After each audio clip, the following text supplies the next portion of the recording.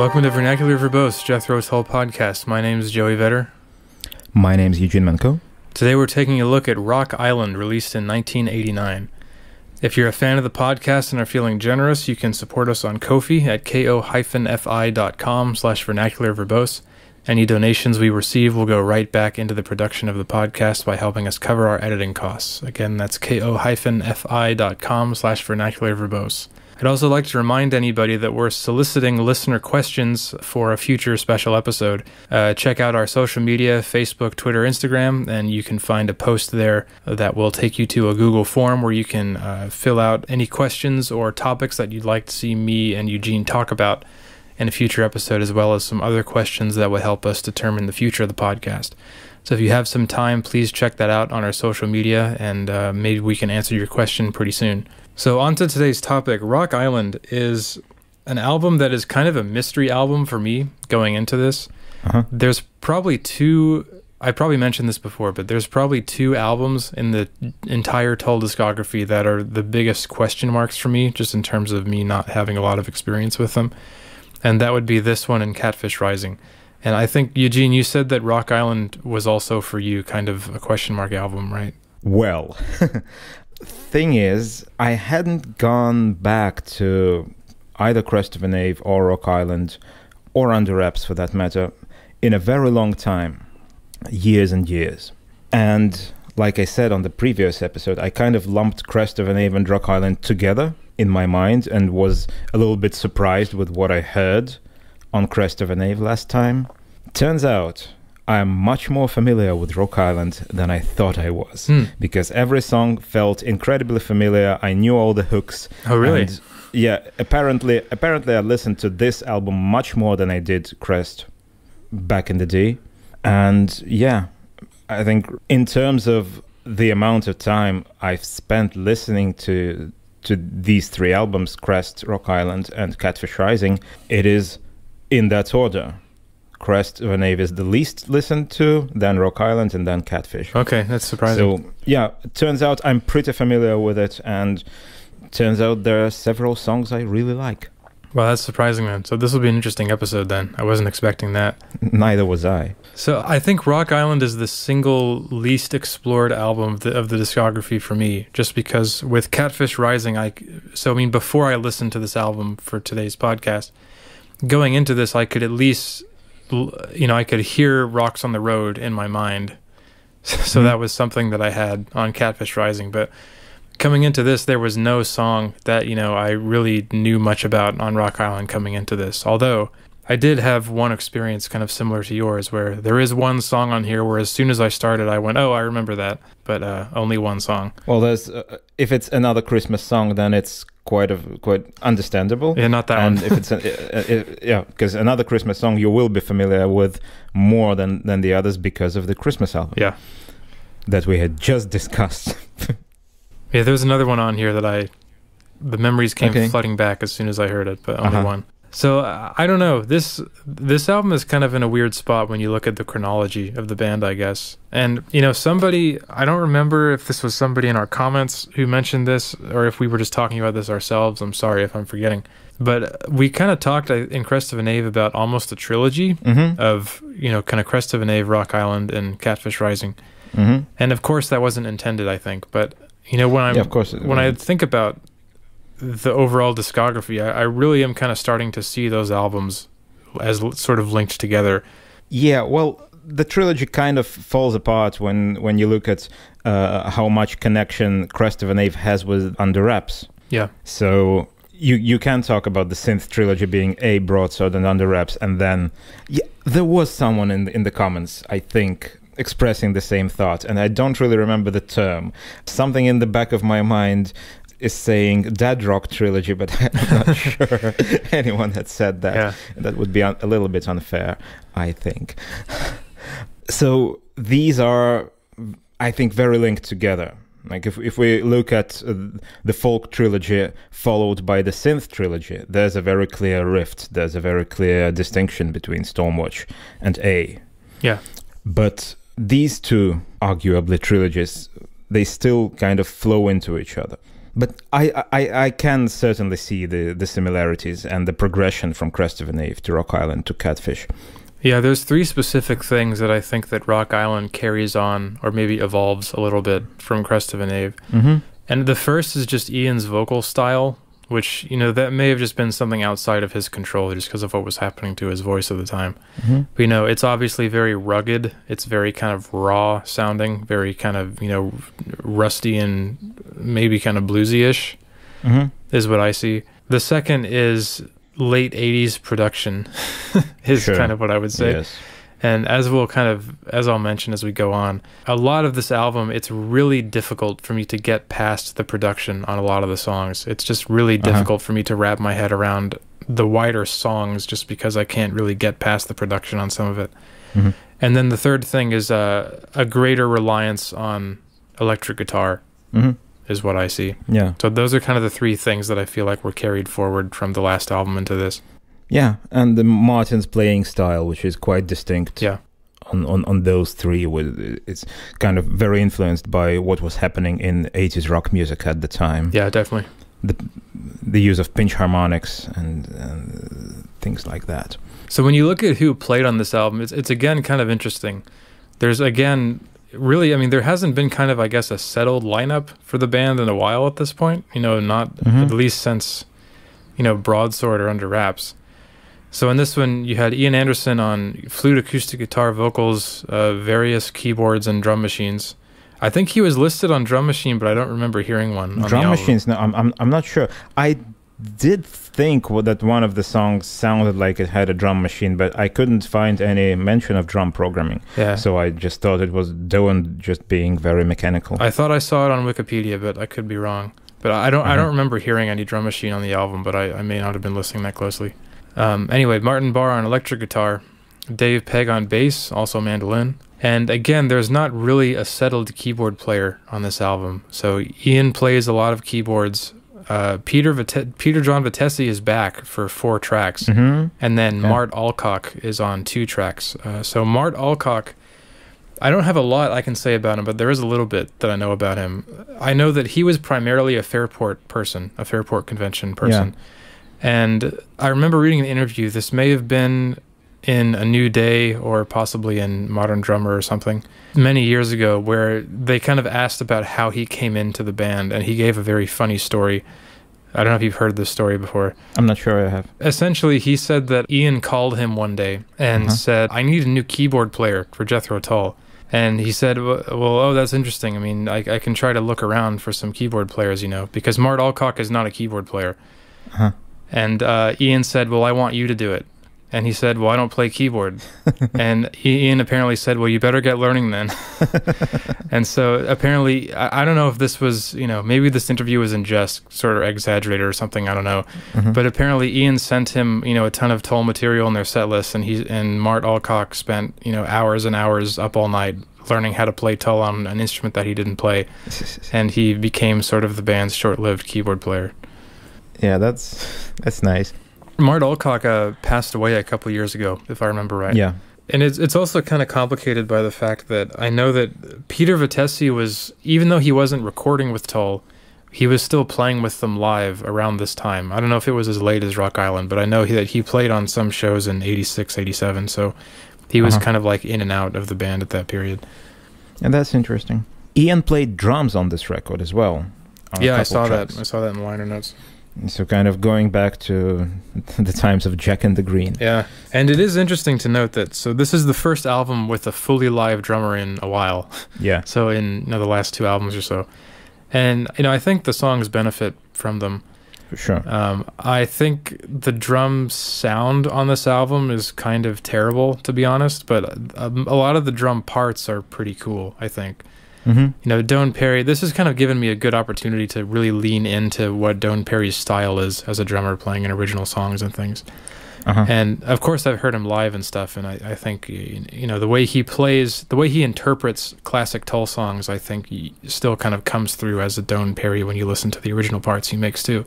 Mm-hmm. But I think he fits pretty well as a drummer for Tull, because he's kind of an in-between between some of the more, you know, complicated technical Tull drummers and simpler styles that you've seen on some.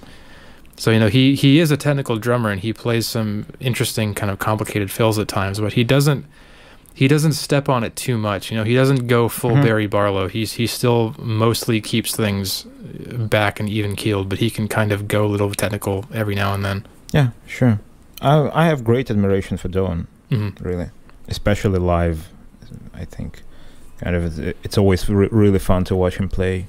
Yeah, this is a total aside, but just speaking of Dawn, you know, you and I talked about this a long time ago. I think when we first started talking off the podcast. But in the last couple of years that Dawn played with Jethro Tull, for some reason, he mostly played using hot rods, which for anybody who isn't familiar with that, hot rods are a type of drumstick. They're kind of in between a normal drumstick and a brush, volume-wise. So if you can imagine what that sounds like, it's not as loud as a drumstick, but it's not as quiet as like jazz brushes. And I never really understood why he did that, because he would play in kind of normal venues, but he would play with hot rods, which it changes the texture of the sound of the drum, and it makes it sound overall quieter and kind of more acoustic sounding.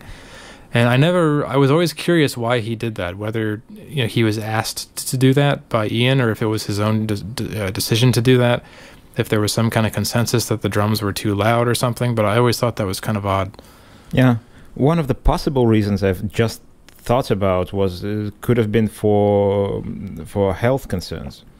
Like if he had some kind of muscular or something with his joints that he wasn't really supposed to put too much strain on them. Yeah, then it could that be. Would have been, you know. Because it feels very different to play drums with a brush like that. It's a very different feeling and different response than what you would normally get from a drumstick. So it's quite a different way of playing. Yeah, although now that I think of it, playing with a hot rod, because I know how a hot rod feels in the hand. It's much lighter than a drumstick. Yeah, normally you have to work more actually. Yeah, you do, to kind of get a good sound. So I think the health considerations go out of the window as a theory, because it's easier to work with a drumstick. And normally, if there are problems, it's probably like with holding them.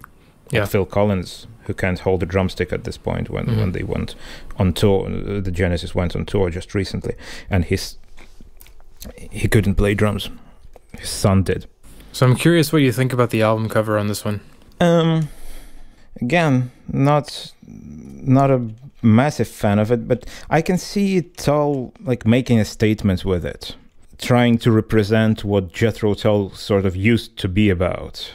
Like it has a kind of a vintage vibe to it. That looks like a porthole in a wooden wall or something in a ship, probably. And they're trying to make a statement that, okay, we're not synth pop anymore. We're not going that way. We're trying to sort of represent an older kind of sound. I'm not sure they really do that, but that's what comes across when looking at the cover. I'm not really a fan of it. I think design-wise, it's one of the worst Tull covers, in my opinion. Yeah. And I always wondered, you know, what is the hole that we're looking at supposed to be? And I think it makes the most sense that it's, you know, a porthole on a ship just because of the fact that it's looking out at the sea or something. Yeah. But I also thought, like, you know, is it supposed to be like a peephole in a door? Or, you know, I don't know. But I think just design-wise, it just doesn't look that good today. You know, maybe it was different in 1989. But. Yeah, for sure. I'm not saying it's brilliant. I'm just thinking about the reasoning behind it, what they were trying to do. Yeah. And I think, you know, the idea of like the hand coming out of the sea with the flute is a little over the top. I mean, it's supposed to be over the top, of course, but it's a bit cringy. It's kind of like, I don't know, and like an old 80s B movie when, you know, Jason comes out of the ground and his machete comes up first, and I don't know. Yeah. Track 1, Kissing Willie. But now she's kissing Willie. She shows her leg, shows it damn well. So this was actually the song that as soon as it started, I remembered it. And to make a long story short, it wasn't because I listened to this song that often, but there used to be a compilation video on YouTube by, I think, Tull Tapes, maybe, which is a very well-known Tull YouTube channel. That could be wrong. There was an old 40 Years of Jethro Tull compilation video that he put together, which was just kind of a compilation of clips of every year that I used to watch all the time as a kid, and this video was in that video, the music video for the song. Oh, the Benny Hill one. Yeah, which I kind of surprised me. Just today I tried to find that on YouTube and I couldn't find it. Yeah, it's on Dailymotion. Yeah, it's like one of those banned videos you can only find on Dailymotion. It's kind of funny. Yeah, I think in the remastered liner notes from 2006, Ian mentions that the producer wanted to do a Benny Hill kind of thing, and as Ian puts it, director Storm Jorgensen wanted a Benny Hill kind of thing, and so I Bennied dutifully, regretfully. Yeah, that's pretty much what it is. Yeah. I also wondered when watching that, I hadn't seen it, it was the first time I saw it. Of course I know what the Benny Hill show looks like, but I'm not sure how much historical costume there was in Benny Hill skits. Yeah. And I thought, could the historical costume, well, of course, one of the things the video kind of brings in mind is Minstrel and the Gallery, and that sort of thing, but turned into comedy. But also, weren't they kind of maybe in the back of their minds thinking of the success of Blackadder? Yeah, I was about to say that. Which must have been fresh at the time. Yeah, so it's basically Benny Hill meets Blackadder. Yeah. Yeah, I seem to remember as a kid reading that the band was kind of embarrassed about the video, which I don't really blame them, but I don't know. Yeah, sure. I don't really like the idea or the concept of music videos to begin with, which that's a whole different topic I won't go into. But I do kind of think if I was in a music video, somehow I haven't been in a music video yet. Yeah, I have. What am I saying? But if I was going to be in a music video and I was told that, you get to dress in 16th century dress and a wig in a tavern, I would actually think that's pretty awesome. I'd be excited about doing that. So for that, in that perspective, I can kind of appreciate it. But of course, sure. The rest of it is take what you will. As the beginning of the album, it feels like the standard, by now, a standard high energy track at the start of a Tull album. Yeah. Kind of, to me. Doesn't feel really faint praise, but it's not terrible musically. No, I don't think it's terrible either. It tries to keep musical interest by sort of jumping between key centers a lot. It makes makes a very bold style statement right out of the box. It's hard folk rock. It's got flute, it's got mandolins, it's got a very 80s guitar sound, and it pretty much represents what the album is going to be about. But I really don't know how they didn't abandon the lyrics halfway through making the song. Yeah. What kept them, involved with this idea? Was there someone with a really crass sense of humor who just enabled it by saying, "No, it's alright, love, just do it"? One of the first thoughts that I had when I heard the music, just after hearing this in a while, is that it really sounds like they're trying to be Guns N' Roses. That's kind of what it sounds like. Yeah, it kind of does. I think there's a few comparisons to be drawn on this album, and I think by Ian himself, also ZZ Top. Oh yeah, I can see that. I also thought that the main melody, it almost kind of sounds like it was interpolated from Part of the Machine a little bit. If you know what I'm talking about. Yeah. The da da da da da da da, that part from Part of the Machine. I kind of immediately picked up on that, and it sounded very familiar. Yeah, it could have been. There's a few melodic ideas that crop up several times, I feel, on Rock Island, and it's one of the things I think I was thinking about when we discussed Part of the Machine a little with Stuart, that parts of it feel like it's been compiled from different ideas from different Tull songs, but of course some of these ideas will have come later than Part of the Machine. Yeah, there's another moment that kind of later on in the album which feels like a much more obvious callback to an earlier Tull song. I may have missed that, so I'll be very interested to hear. So yeah, going back to the lyrics a little bit, feels to me, even though the whole thing, the Willie jokes and all that, is a kind of trite and surface level view of sexuality, I kind of latched onto the phrase "nice girl, but her bad girl's better," because it has an interesting element to it, because it implies that a person's role in a relationship is a free choice. But that's clutching at straws a little bit. This analysis doesn't really float for long. But yeah, that kind of a passing thought that I had. You mentioned the mandolin. I think the mandolin is kind of cool in the back. Yeah. There's actually quite a bit of mandolin on this album. Yeah, I think the mandolin is kind of cool on the entire album. It's a very nice element. And the only other thing I have on it is just that I thought it was kind of interesting how the fade out is really long. It's like a 30-second fade out. Yeah. Track 2, Rattlesnake Trail. I'm going for the kill. I'm going to the nail of that dusty. This is one of the songs Ian played drums on, and pretty interesting because the other songs we know that he played drums on have kind of some more of what we'd expect from Ian, less rhythmic, more melodic, kind of continuous fill. But this one is really straightforward, so I was surprised that he did the drum track. In this one, there's an interesting chord vamp going, which really makes the key of the song quite ambiguous. I'm not going to attempt an overly ambitious analysis, but it's like the song is in A minor, but all the other chords are taken from A major, and the main vamp is just going from F sharp minor to A minor, which is 2 minor chords, a minor third apart. I think it's called a chromatic thirds relationship, but I may be mistaken. And basically these 2 chords, the verse is based on, they cannot be in the same key. So it really oscillates between one center and the other.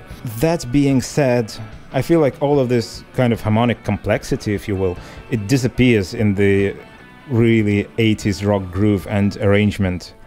And this arrangement, instead of highlighting this modal interchange, it buries it in power chords, which kind of gives it no melodic development. It's like they've come up with this chord vamp, but didn't know where to take it.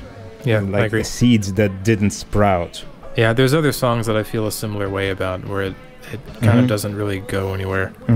So it's interesting about Ian playing drums. I guess I just skimmed over the liner notes and didn't read them closely enough because I didn't realize that Ian actually full-on played drums on some tracks. Because the way that the drums sound on this track was immediately different to me. I don't even mean just like the parts that are being played. I just mean the way they sound.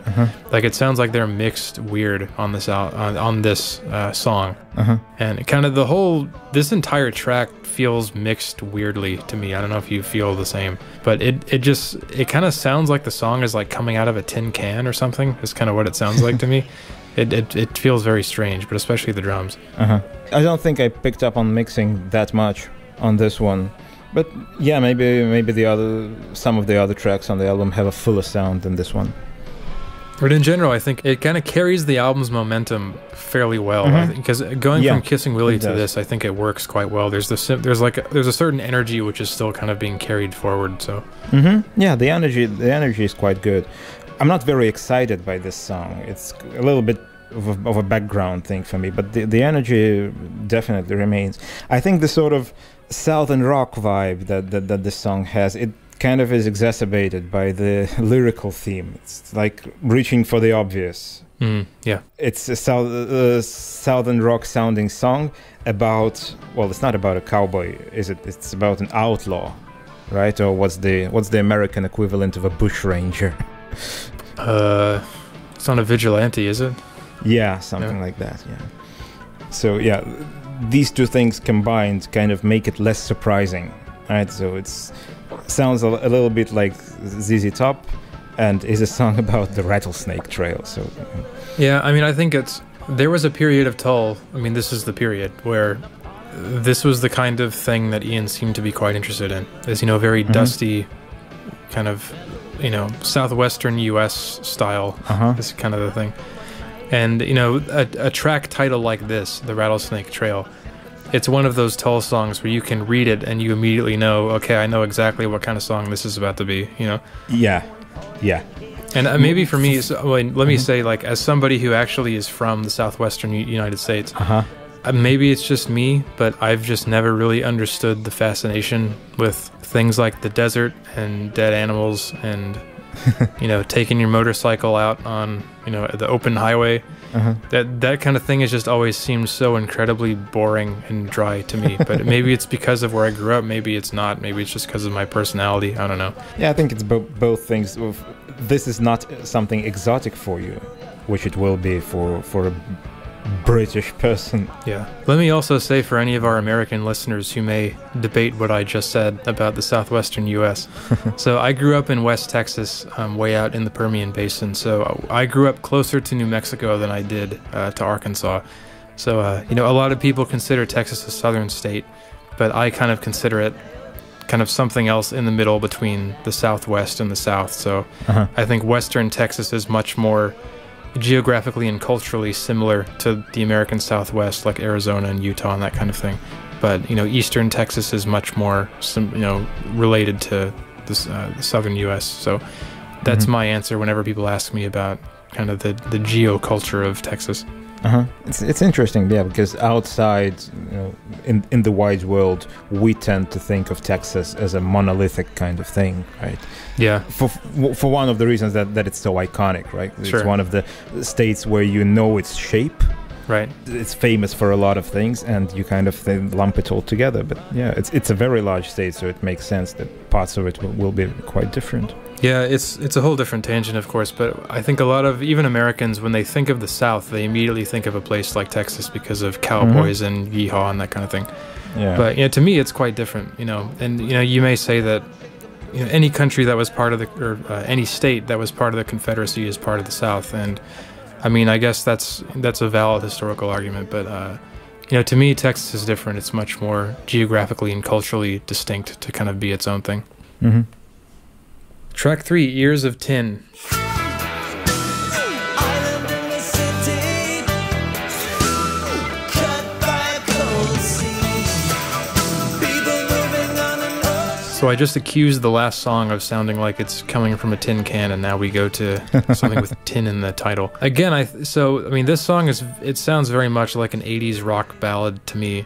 In a different way than, I mean, I use that same description for a lot of songs on Broadsword, but this is kind of different to me. This is more of like, I guess, a late 80s rock ballad. Yeah. And like I said, I think a lot of hard rock bands like Guns N' Roses were kind of influential in this sound.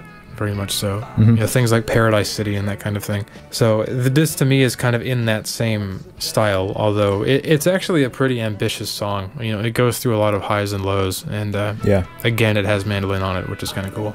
Yeah, I think to me this song has a part I really, really enjoy, and parts I really don't. Because my favorite part in this song is by far the transition from the verse into the chorus, the mainland thing, and then going into the chorus, the island in the city, and so on. I really like the chorus.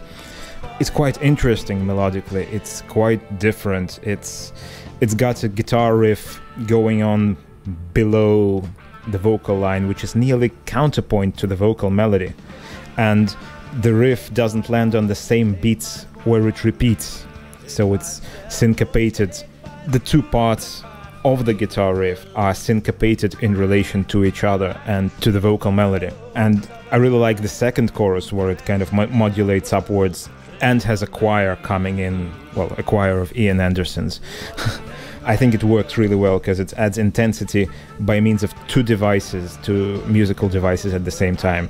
It's not the same thing but a step up, and it's not the same thing but choir. It gives it a really good injection of energy in a really musical way. Having said that, the verse to me feels very boring with the chord progression and all, and the energetic part 2 of the song is just like, it's Kissing Willie 2 Electric Boogaloo. It's the same thing. You can just, in my mind, when I'm hearing it, my mind tries to go to the Kissing Willie lyrics instead of these. Yeah. So yeah, this song really has highs and lows for me, in that I enjoy some of it and don't enjoy the rest. One thing that was kind of interesting was I could instantly tell that this song had a different keyboardist. I don't know about you.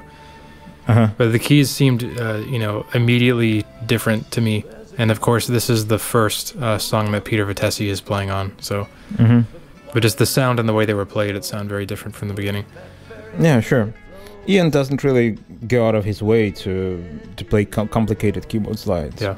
It's just his lines are used more for color. Mm. I feel, rather than melodic interest or doing specific things in the arrangement. I'm kind of surprised this song wasn't called Mainland Blues. You're just listening to it, that's kind of what you would expect. I think it could have been a working title, but it would have been too obvious. The only other thing I have is just the fact that Martin Barr gets shouted out right before his guitar solo. I thought was kind of funny. It reminded me of like the early Beatles recordings when, you know, they would like call out to George Harrison right before his solo and that kind of thing. Yeah. And that's not even the last shout out that Martin Barr gets in the lyrics on this album. Yeah, definitely. Track 4, Undressed to Kill. Won't let it move me, but I can't sit still. Could you meet the eyes of a working girl, undressed to kill? I don't have a lot to say about this song, really. I'll say that it's one I don't really enjoy, and partially because of the lyrics and because of the theme. It sort of feels to me like Ian's approach of trying to make up stories about other people sometimes bites him in the rear, because this exchange in this song, it doesn't really feel believable.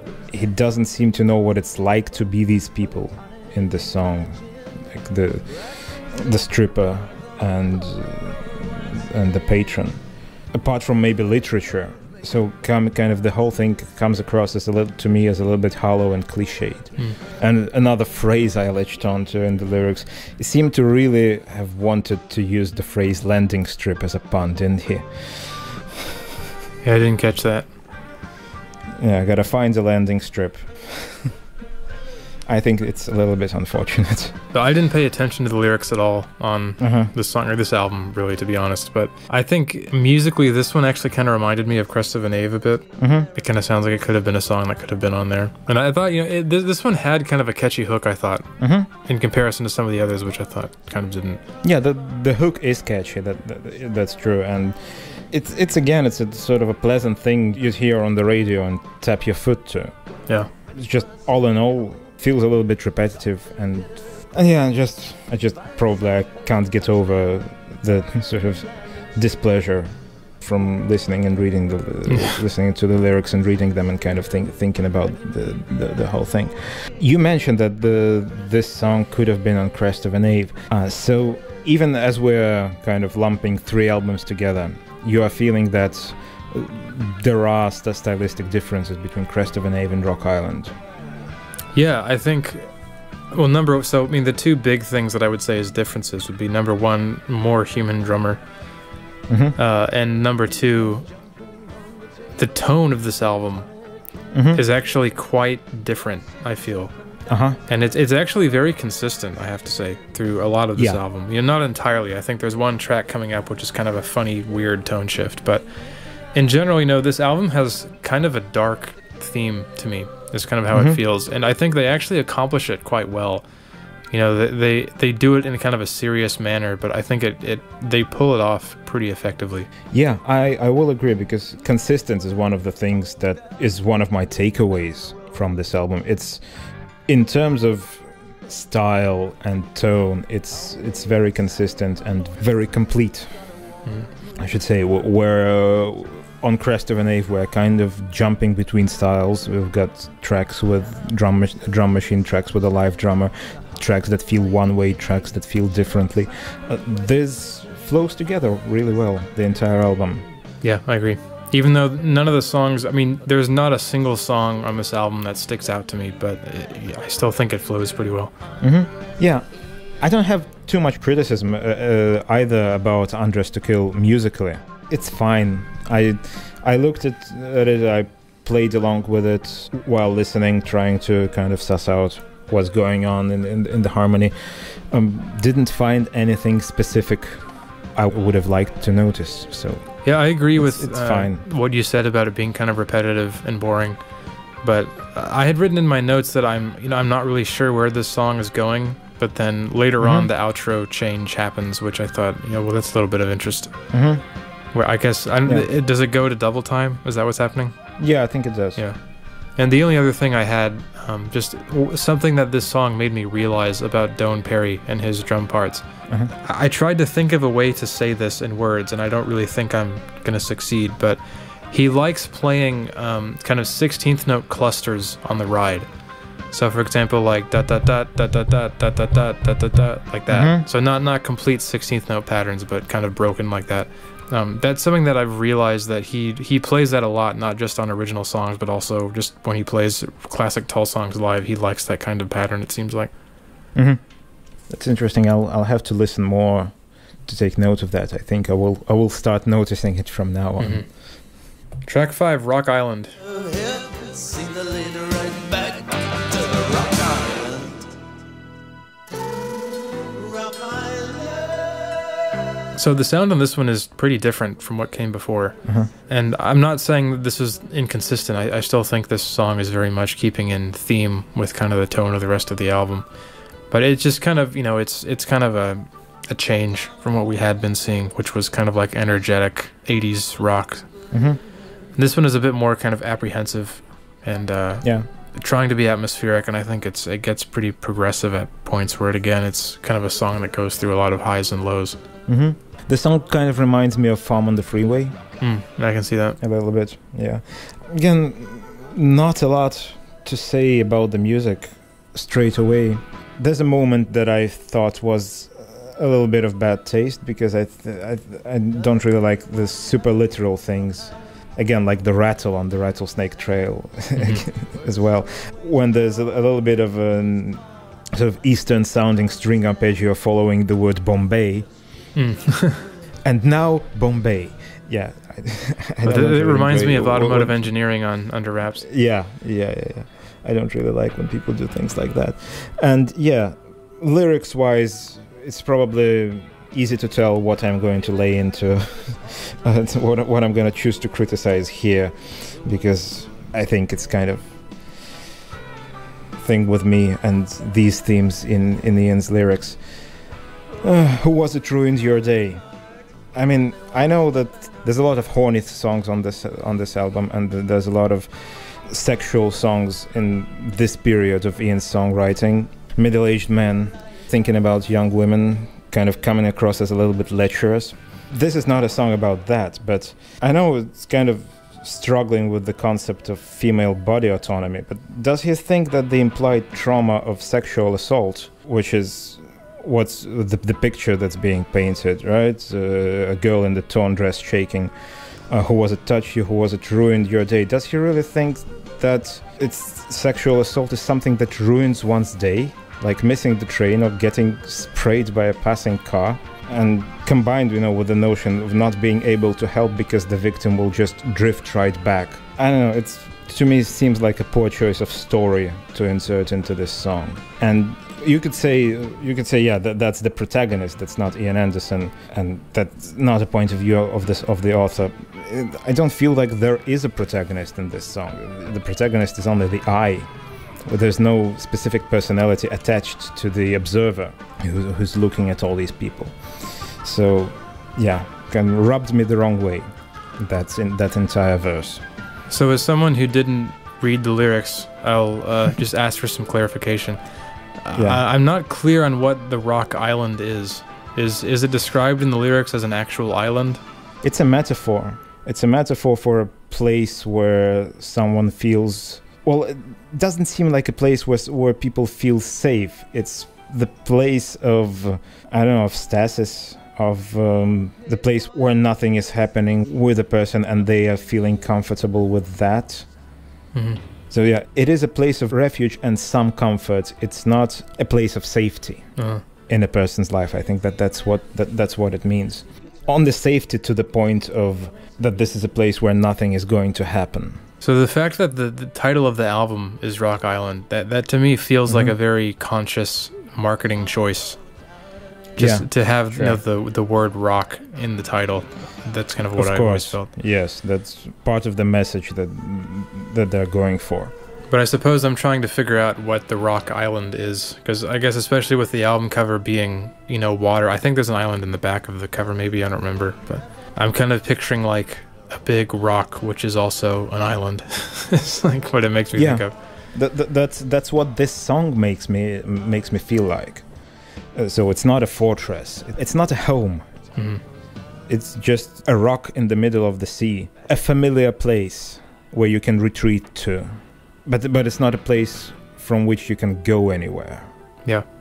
I'm not sure I'm making a ton of sense, but the song is really vague in relation to that, so kind of we can ruminate. This is kind of a roundabout connection, but it makes me think of Plastic Beach by Gorillaz, which I don't know if anybody is familiar with that, but it's... I'm not. That was much more of a concept album than this album is, but it's a similar kind of idea of kind of a floating island in the sea, which is made up of, you know, it's not a real island, you know, it's a created island, kind of out in the sea, away from everything else, but that's just...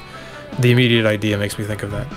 So on this song, on Rock Island, I think, so there's that central 3-note melody, kind of the apprehensive melody that is mostly played by keys throughout it. And I suppose that it's effective at what it's trying to convey, but I also think it may be kind of too simple, like it's too easy, if you know what I mean. Yeah, for a song this long. Yeah. Yeah, it could have had, I think, a few more ideas. But I think, you know, the hanging keyboard at the beginning is kind of a cool sound, I think, which I think is very much a Peter John Vitesse contribution. But it's, again, you know, it's a pretty progressive song. It's another one that it's kind of a roller coaster that goes through a lot. And I think, you know, Crest of a Knave had that too on some songs. But I'm not necessarily saying that's a good thing necessarily. I'm not saying it like saves these songs. But it's just something to note that, you know, it's, you know, they were still trying to go for kind of a progressive sound on some of these tracks. Yeah, sure. It's one of they seem to be going for, you know, 2 epics per album. Yeah. On either side, and Rock Island and Whalers Dues feel like these attempts at that. Yeah. Track 6, Heavy Water.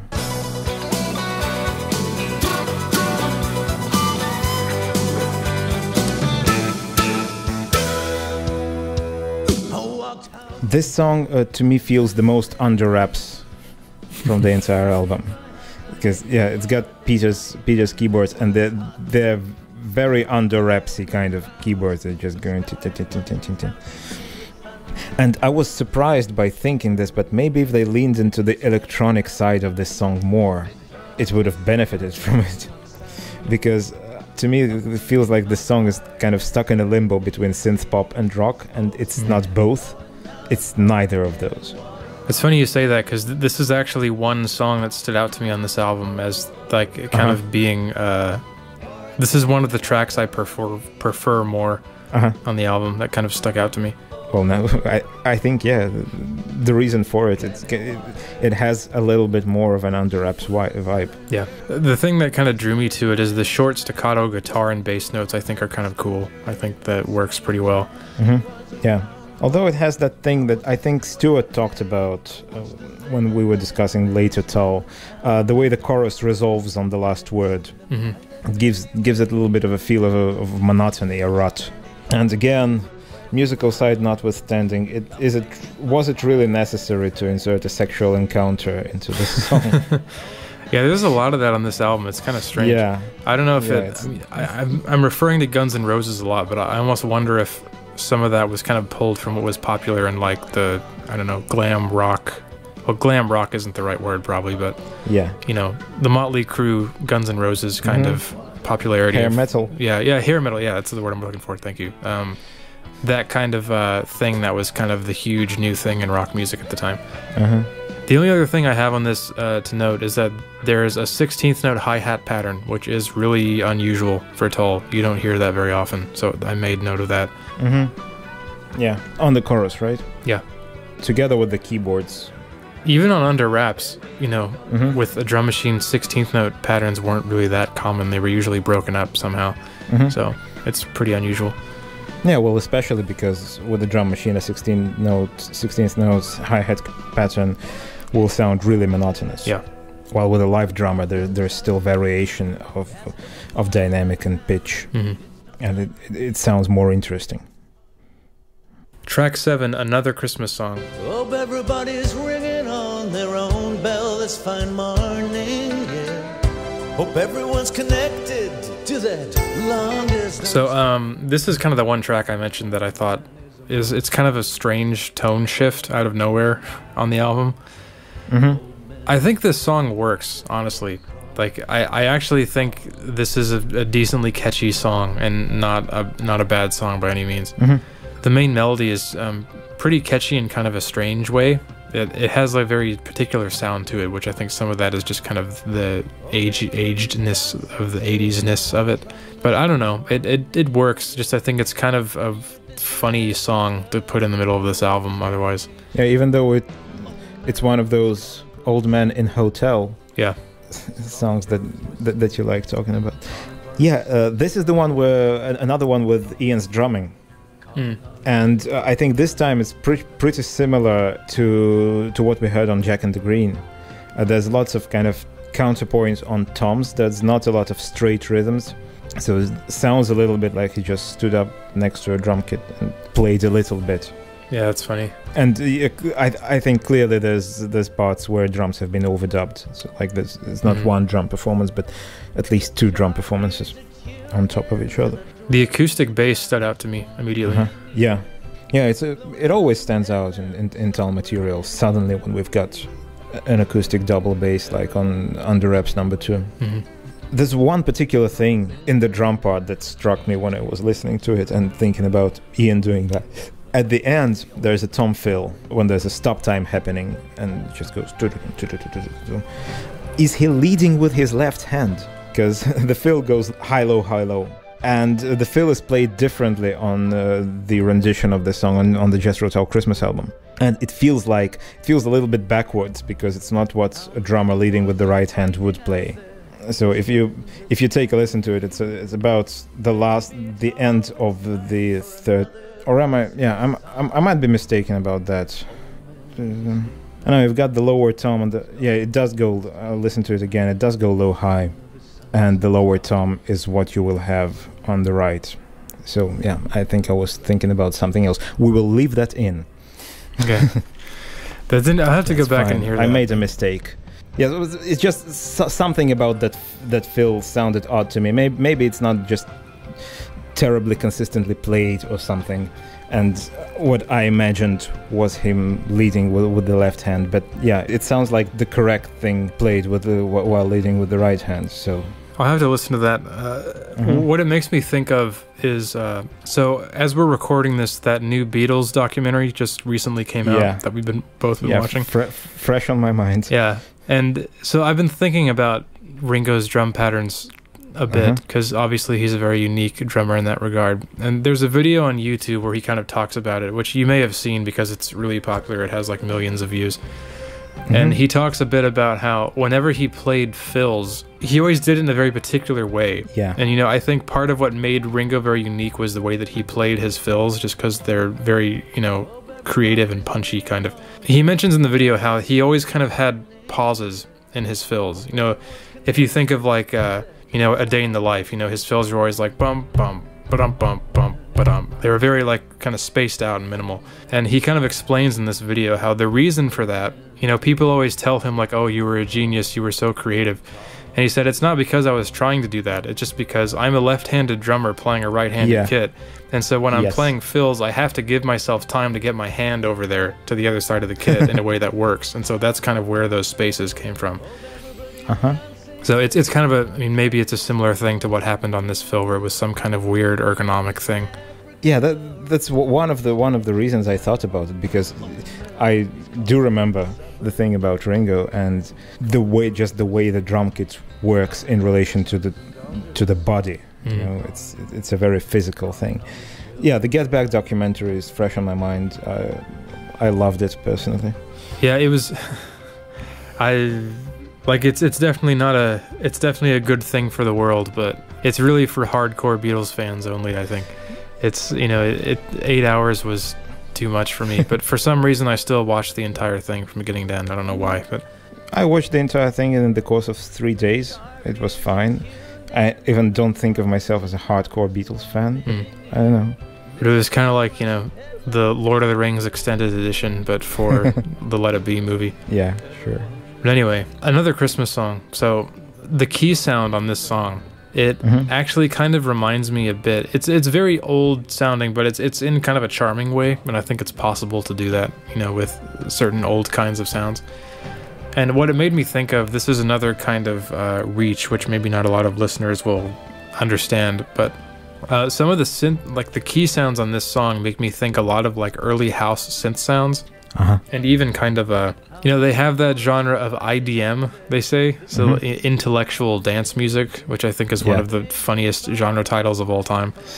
But artists like Aphex Twin and that kind of thing. So Aphex Twin's Selected Ambient Works Volume 1, which is one of my favorite albums of all time. There's a lot of kind of late 80s synth sounds on that album, which they sound very familiar to what you're hearing on another Christmas song, which I thought that was kind of a weird, funny connection. I think the technical term is FM synthesis. It's an FM synthesizer that we're listening to. I believe it feels like that to me. Something I don't get. The album, I checked Wikipedia for it, and Rock Island was released in August 1989. And Another Christmas Song as a single dated November 1989. Did the single follow the album? Did they just release it again in time for Christmas?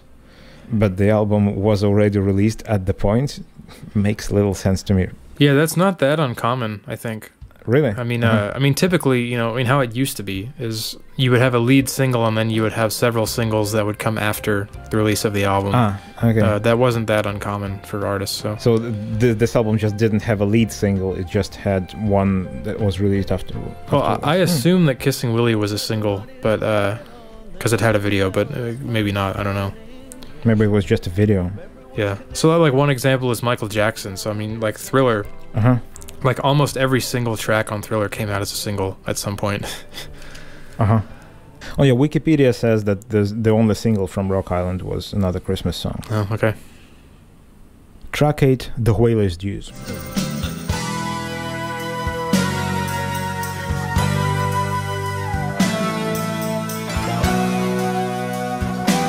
As I began listening to this song, I didn't really remember a lot about it. Most of the songs were where I was looking at the track list, and basically every track name played in my head, like the hook containing the track name. And with the Whalers' Dues, the thing I remembered off the bat was just it's the Whalers' Dues. And I started writing little criticisms, like seems like a very standard intro for 80s Tull. The melody kind of reminds me of Ears of Tin. And then as I got into the track, I started thinking, well, we had previously looked at different songs that approached the same idea. Like I made a point about Pibroch and No Lullaby and Flying Dutchman. And with this idea that we're hearing in the Whalers' Dues, reminding of some other songs, I think it's one of the best attempts at it. Between Ears of Tin, Rock Island, and this song, it feels like the most cohesive, the most interesting, the most progressive, ostensibly, songs from that kind of constellation. And yeah, I really like it. Yeah, it's definitely in the same vein as the long epics of kind of prior albums, like Dark Ages and Lullaby and that kind of thing. And I think even the opening shares a lot of things with Dark Ages, how it's kind of like an atmospheric soundscape type thing. There's a very surprising guitar after the bridge. There's a guitar line that sounds nothing like the rest of the guitar on the entire album. It's very forward. It sounds a little bit out of place, but I feel it's kind of more welcome for it. It's completely unheard on the rest of the album. It's the only line played like that, a kind of a dry guitar sound, very forward in the mix. And with more low end because of that. Yeah, it's kind of strange. This is one song that when I think back to what it sounds like, I really can't remember much. It's not a song that really sat with me at all. But I think it's interesting that the mandolin is, of course, back again. That's kind of nice that it's always there. And in general, it sounds like one of the most dramatic Tull songs I think we've ever heard, kind of up to this point. Yeah, I know what you mean about it not being as memorable, like as hooky. It doesn't have a particular hook that sticks with you a lot. But listening to it is really interesting. I really, as I said, I first came up with a couple of criticism and then realized that, this is the pinnacle of that attempt of an attempt at those things, and I really enjoy listening to it. The ending is nice rhythmically because it's got a full 3/4 polyrhythm going on, polymeter, and the drums are playing 4/4, and the melody firmly remains in 3. Towards the end, this isn't really the outro, but it's a bit before. There's kind of that little interlude where there's kind of like a breathe in from Ian, and then there's like a little drum solo. And what that reminded me of was very early Tull, like A New Day Yesterday, My Sunday Feeling, when they would kind of end with trash can ending. It made me think of that because that's kind of what it sounds like. Yeah, but they don't do the trash can thing. Yeah, they go into another... They just go into the melody again. Yeah, it is very dramatic, and I don't know, feels like one of the best songs on the album to me. Some of the keyboard sounds, again, not what I would have picked. Some of them sound like they're kind of straight out of like a 80s B movie or something. Yeah, that's the technology at the time. Yeah, that's just the time. I think all the time about what it would have been like to grow up in the 80s, because I don't know how it is in other countries, but in America, I think that the 80s is kind of one of those romanticized time periods, kind of like the 50s and that kind of thing. There's a lot of culture in America about, being young in the 80s and kind of what it was like to consume young pop culture in the 80s. And that's kind of what things like this make me think of, is 80s sounds, 80s film, that kind of thing. It makes me think of all that kind of thing. Yeah. Track 9, Big Riff and Mando. Running on the power of a stolen mandolin. Steal a little inspiration. This is a song that I think is fairly well known among kind of Tull fans, mostly just because of the subject matter. That this was... Because of the story attached to it. Yeah, this is an actual example of a song that was inspired by a real thing that happened to the band. And I don't have a lot to say about it, really, as musically. I think, obviously there's mandolin on it, again, because, you have to. And it's funny to me how, this is 2 of 2 Martin Barre references in the lyrics, which the first time and probably the last time I think that happens in Tull, but it's kind of funny. Well, if we count the little interlude on Nightcap, on the Chateau sessions. And by the way, I'm Martin Barre, but sometimes I'm an owl. I don't remember that. Wow. I remember that line by heart. all these little weird things from Chateau. But sometimes I'm an owl, and my feathers are really smooth. But when I feel romantic, I like to dress up in men's clothing. I don't think I've heard it before. Well, I thought when I was kind of writing my notes, I thought I didn't have a lot to say about it. But then I kind of listened to it several more times. This is one of the songs I was most familiar with, and not because of the story attached to it. I actually learned that it was a real story quite late into my Tull listening. There's a quite clever modulation happening between E minor and D minor, back and forth during the song. Like the verses and the main riff are in E minor, and the choruses and the main riff, I should say, are in E minor, and the verse goes a step lower into D minor, and it doesn't feel like a straightforward modulation. It's very cleverly done, and in the end, this main riff, the da-da-da-da-da-dum, it just climbs up and up the diminished scale. It begins on the note it ended on every time. And the instrumental sections in this one, they never stay in one place. They're evolving all the time. There's no repetition in the interlude and in the outro. The outro is a separate piece of music entirely. which feels quite unusual for these times, where they would normally just select a chord progression and play a guitar and flute solo on top of it. So it really feels to me like they crammed this song full of musical ideas. Like this is the most dense song in terms of musical ideas on the entire album. And the kind of this what I think of as an FM synthesizer playing in unison with guitar lines. It reminds me of what people started doing with MIDI guitars these days. Yeah. The 80s was the advent of MIDI instruments, and people put MIDI into guitars and had MIDI instruments follow what the guitarist was playing. Like the guitarists like Pat Metheny and Aldo Meola did that a lot. And I don't think it's that, but it gives the same effect.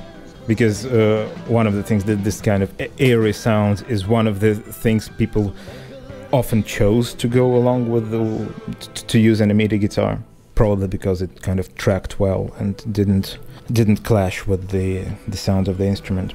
So yeah, I like the song a lot, really. So do you know when this story happened? Did this happen in the 70s, or was it just recently in the 80s when the mandolin got stolen? I thought it was recently. Okay. Ian says in the liner notes that the theft of Martin's bar mandolin from backstage after a show somewhere in the USA a few months before.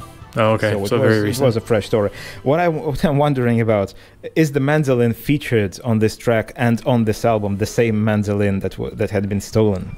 And just I don't think I've seen a mention of that. Which instrument? What specifically that was?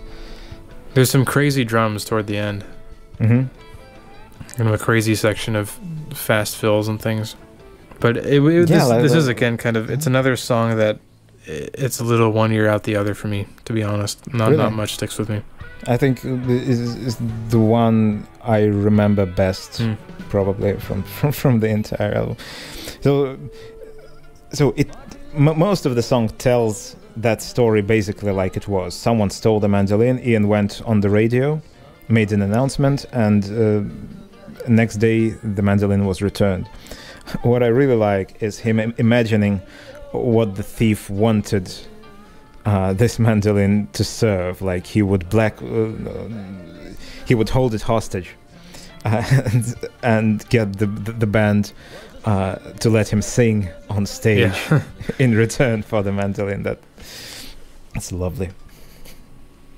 Track 10, Strange Avenues.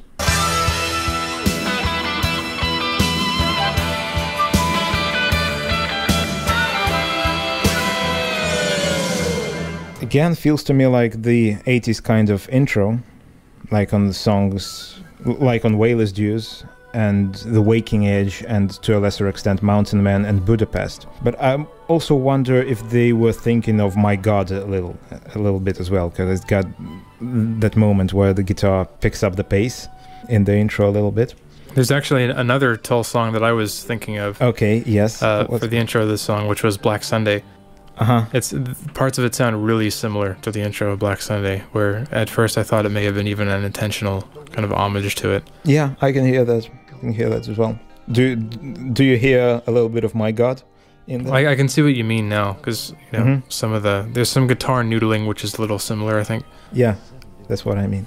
And this intro kind of it breaks the record of a drawn out Tull intro at over a minute and a half. Wow.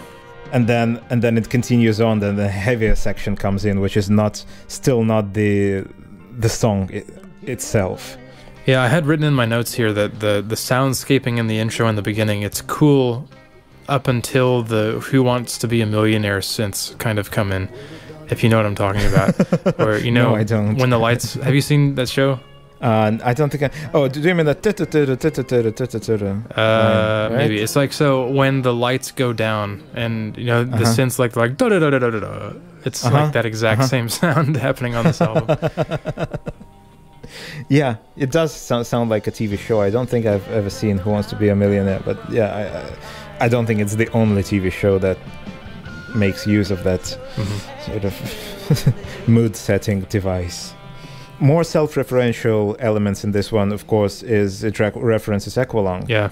Looks like a record cover from 1971. It's specifically describing the wino as the tramp on the Aqualung cover. I think, this is another good example of the tone of the album, I think this song captures it quite well. Yeah.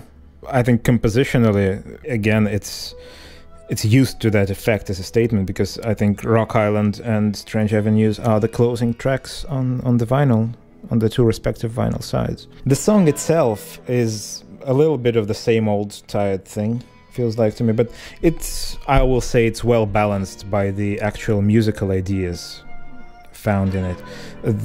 Maybe in this one the FM synthesizer kind of grates me the most. Yeah, I think it's kind of stock at times.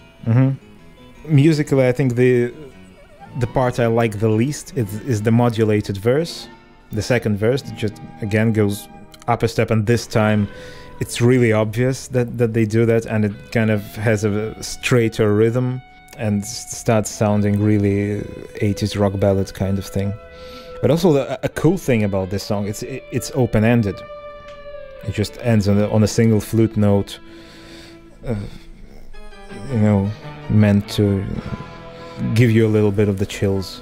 Yeah, I was going to mention that. It sounds like a very deliberate ending, where it's fairly abrupt and it ends on like this one flute breath. Yeah, quite literal. Lonely, just like me. But this time, because it's not the sound of the thing, it's not the sound of loneliness. I don't mind doing things like that. Yeah, it kind of surprised me when I heard this, just because I thought it was an instrumental at first. I thought it was going to be, just because the lyrics don't come in until halfway through. But I don't know. I feel like this one sets up the theme pretty well. Like, I feel like this album is dark and serious, but they really accomplish it in kind of like a mature way, is what it sounds like to me. And I think there's times when Tull have tried to do that when they didn't do it as successfully. So regardless of the actual musical content, I think whatever theme they were going for was actually pulled off pretty well across most of these tracks. Yeah, agreed. So this is a hard album for me to recap in general. So let me just say first off that when I came into this album, I had kind of preconceived notions of what I thought about it. And what I thought about it was that this was just kind of a continuation of the rusty, tired Crest of a Knave sound. And as a result of that, I had always kind of ranked this as my least favorite Tull album, despite not being that familiar with it. And I have to say that it's difficult, because to me this album really is kind of the epitome of inoffensive and kind of going in one ear out the other for me. There's very little that sticks out to me on this album, but at the same time, there's nothing on it that's particularly offensive to me. I think there's some tracks on Crest of a Knave that are kind of bad, but there's not really any of these tracks that I would describe as, a bad song or something that I don't like to listen to. It's just not something I really get much out of. So in that regard, if I compare this to Crest of a Knave, yeah, I think it doesn't hit the lows of Crest of a Knave, but it also doesn't have any of the highs for me as Crest of a Knave, so it's difficult for me to kind of rank it. I see. It's the flip side of how it is with me, because I thought of Crest of a Knave as a more of a Rock Island thing, and I had discovered that it wasn't. And what I remembered about Rock Island was pretty much what I heard, but also I realized that there's a couple songs on this one I really enjoy, and I have no meaningful criticism for. So compared to Crest, I think this album feels more consistent, and it to me contains overall more interesting things. So what are your favorite and least favorite tracks on this one? So I really didn't want to pick tracks on these, but I made myself pick 3 favorites. And those are Another Christmas Song, because I think the melody actually kind of works on that one, and it's kind of catchy, even though it's a little strange. Strange Avenues, just because I think it's kind of interesting and cool, and I think it really encapsulates the tone of the album very well. Which, let me just repeat again, that the tone of this album is really interesting in comparison to other albums in the discography, because it actually is quite dark and serious, but I think it's pulled off quite well. And lastly, I had Heavy Water as a favorite because that was one that stood out as one that was kind of catchy for me. And for least favorite, I'm actually going to pass because there's just no songs on here that are offensive enough to me to be warranted least favorite to me. I could maybe pick out some least remarkable, but nothing on here is like, you know, actively bad or offensive in my opinion. Maybe the Rattlesnake Trail, I don't know, but aside from that. Oh, for me, I think this is the time when we are going to pick completely different tracks in both categories. My two favorite songs, and yeah, these are the ones that I would actually listen to, would want to listen to more than the rest of the album, are The Whalers' Dues and Big Riff and Mando. Probably Big Riff and Mando is my favorite track, and The Whalers' Dues very, very close second. I won't pick Strange Avenues as my third favorite because it's got that verse I don't like. The second verse, it just kind of deals it a little bit of a blow. So I have two favorites, Big Riff and Mando and The Whalers' Dues, and my least favorites are Kissing Willie and Undressed to Kill. I don't really care for those songs at all, and I'm not really excited by any others as well, but these two just feel like the least remarkable. Do you just like those mostly because of lyrics? I think kind of both things at once. So yeah, I wonder if anyone likes the song Big Riff and Mando as much as I do. I'm sure there's somebody. Let us know if it's you. Thank you everybody for listening. Let us know what you think about Rock Island. I almost never hear people talk about this album. I think it's one of the more forgotten Tull albums. So let us know, do you think it's underrated? Do you think were we too harsh on it at all? Was I too harsh on it? Let us know what you think, and we will see you on Catfish Rising on the next episode. See you. Cheers.